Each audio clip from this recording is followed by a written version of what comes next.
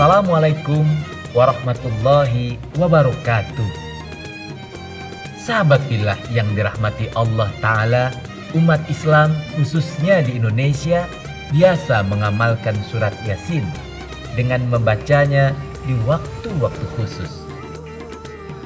Surat Yasin sebagaimana surat-surat lainnya memiliki keutamaan karena firman Allah merupakan petunjuk, rahmat, dan penyembuh.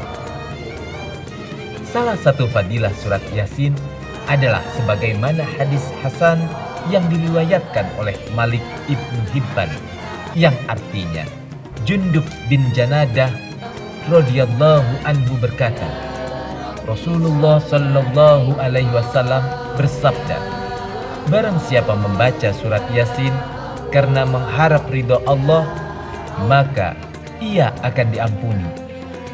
Hadis riwayat Malik dan Ibnu Hibban. Dan untuk mentadaburinya, episode Ar-Rahman kali ini akan mengangkat kandungan yang terdapat dalam surat Yasin. Surat ini dimulai dengan kata Yasin, gabungan huruf Ya dan Sin yang terpotong, disebut huruf muqatta'ah. Dan hanya Allah yang mengetahui secara pasti arti kata Yasin. Penyebutan huruf-huruf terpotong di awal surat bertujuan untuk menantang bangsa Arab yang biasa menggubah syair-syair indah. Al-Quran sesungguhnya tersusun dari untayan kalimat yang biasa digunakan mereka. Maka, mampukah kalian menggubah satu surat yang sama dengan Al-Quran?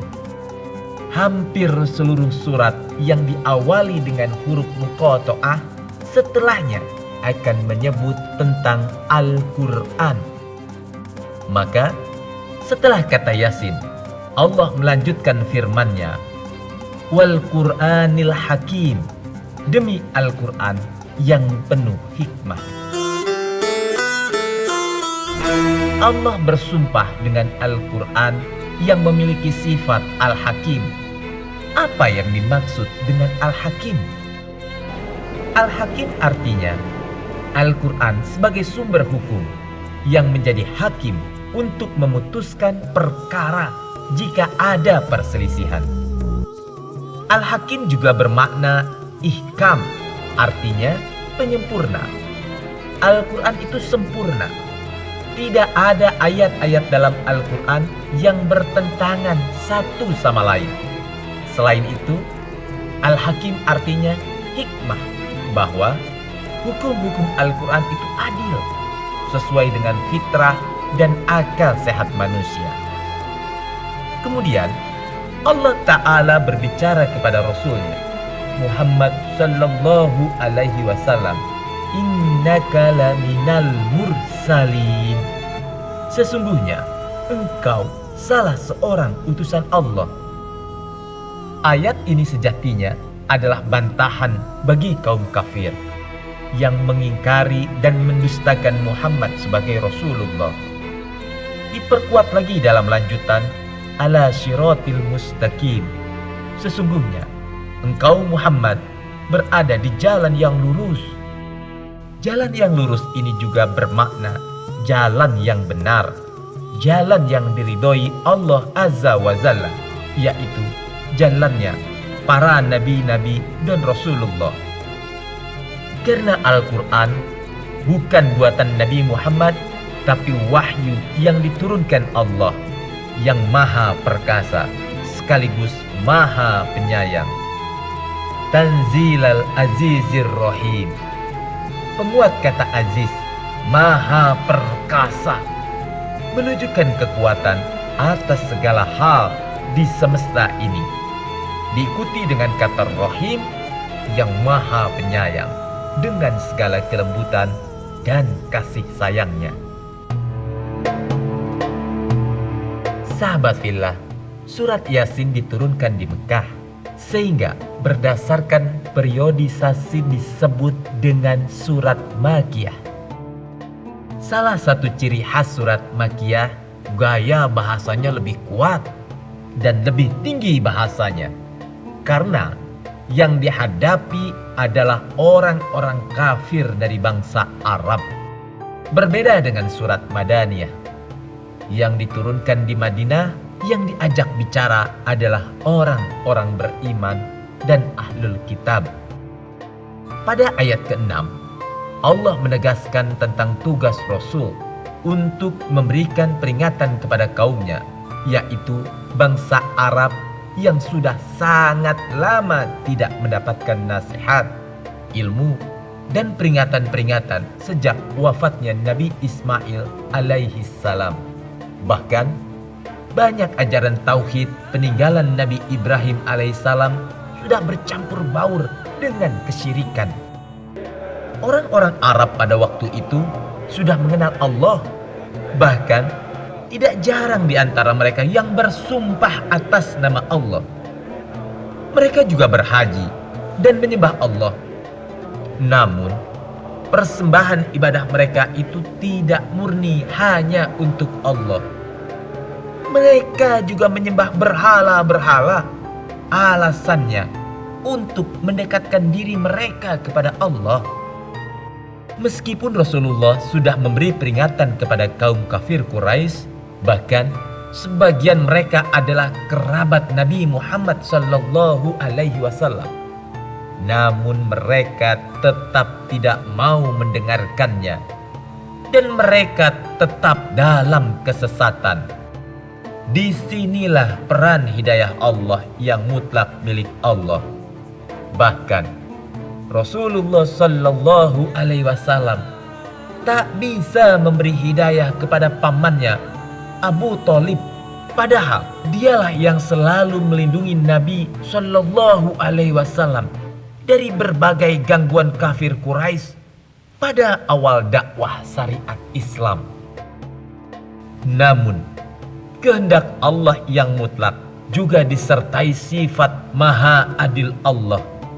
Karena itulah, orang yang dikehendaki Allah untuk dapat hidayah adalah mereka yang membuka hatinya kepada pintu hidayah dan mereka yang bersungguh-sungguh menuju hidayah.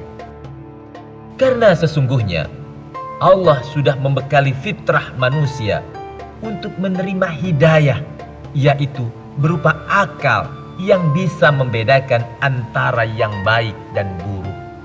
Selain itu, Allah juga membekali akal atau hati nurani yang disebut kolbu. Kolbu ibarat sebuah cermin. Jika cerminnya retak atau kotor, maka kita tidak mampu berkaca dengan sempurna.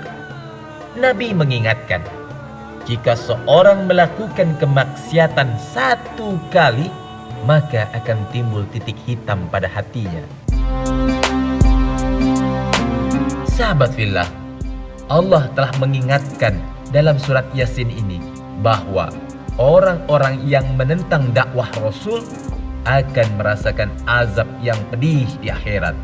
Suatu saat mereka akan mati, kemudian Allah menghidupkan mereka kembali untuk merasakan azab yang pedih. Sesungguhnya kami menghidupkan yang mati dan kami menulis perbuatan dan jejak-jejak mereka, dan segala sesuatu telah kami perhitungkan, dan juga dalam catatan yang merupakan imam yang jelas, Lauhul Mahfuz. Quran Surat Yasin ayat 12. Semua amal manusia akan tercatat. Allah tidak lalai untuk menghitungnya. Bahkan dalam ketaatan atau kemaksiatan, semua jejak kebaikan akan tercatat rapih. Begitu pula jejak keburukan. Jejak kebaikan yang kita lakukan akan berlipat pahala, karena akan berdampak kebaikan bagi orang lain juga. Begitu pula sebaliknya, Rasulullah sudah mengingatkan dalam sabdanya, barang siapa yang mencontoh kebaikan, kemudian kebaikan itu diamalkan oleh orang setelahnya, maka tercatat ia mendapatkan pahala seperti orang yang mengamalkannya. Tanpa pahala pihak yang beramal itu dikurangi sedikit pun. Dan barang siapa yang mencontoh keburukan, kemudian diamalkan oleh orang setelahnya, maka ia mendapatkan dosa seperti orang yang melakukannya tanpa dikurangi dari dosa perilaku itu sedikit pun. Hadis riwayat Muslim. Kita sudah sering mendengar nasihat kebaikan yang bersumber dari Al-Quran dan Sunnah. Namun, jika hati kita belum tersadarkan, maka Allah sudah menggambarkan dalam surat Yasin ini bagaimana penolakan kaum kafir Quraisy terhadap dakwah Rasulullah. Mereka mendustakan orang yang dulu sangat dipercaya, dikenal Al-Amin, karena hati mereka diliputi kesombongan untuk mengikuti kebenaran. Tak hanya itu, mereka tak yakin kelak akan ada hari perhitungan. Padahal setelah kiamat tiba, seluruh manusia akan kembali dihidupkan dan dibangkitkan dari alam kubur. Tak sulit bagi Allah untuk mengumpulkannya dari manusia pertama hingga manusia di akhir zaman.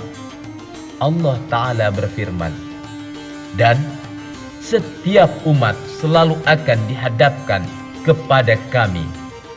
Quran Surat Yasin ayat 32. Lalu apa bekal kita yang sudah kita siapkan untuk menghadap Allah Azza wa Jalla?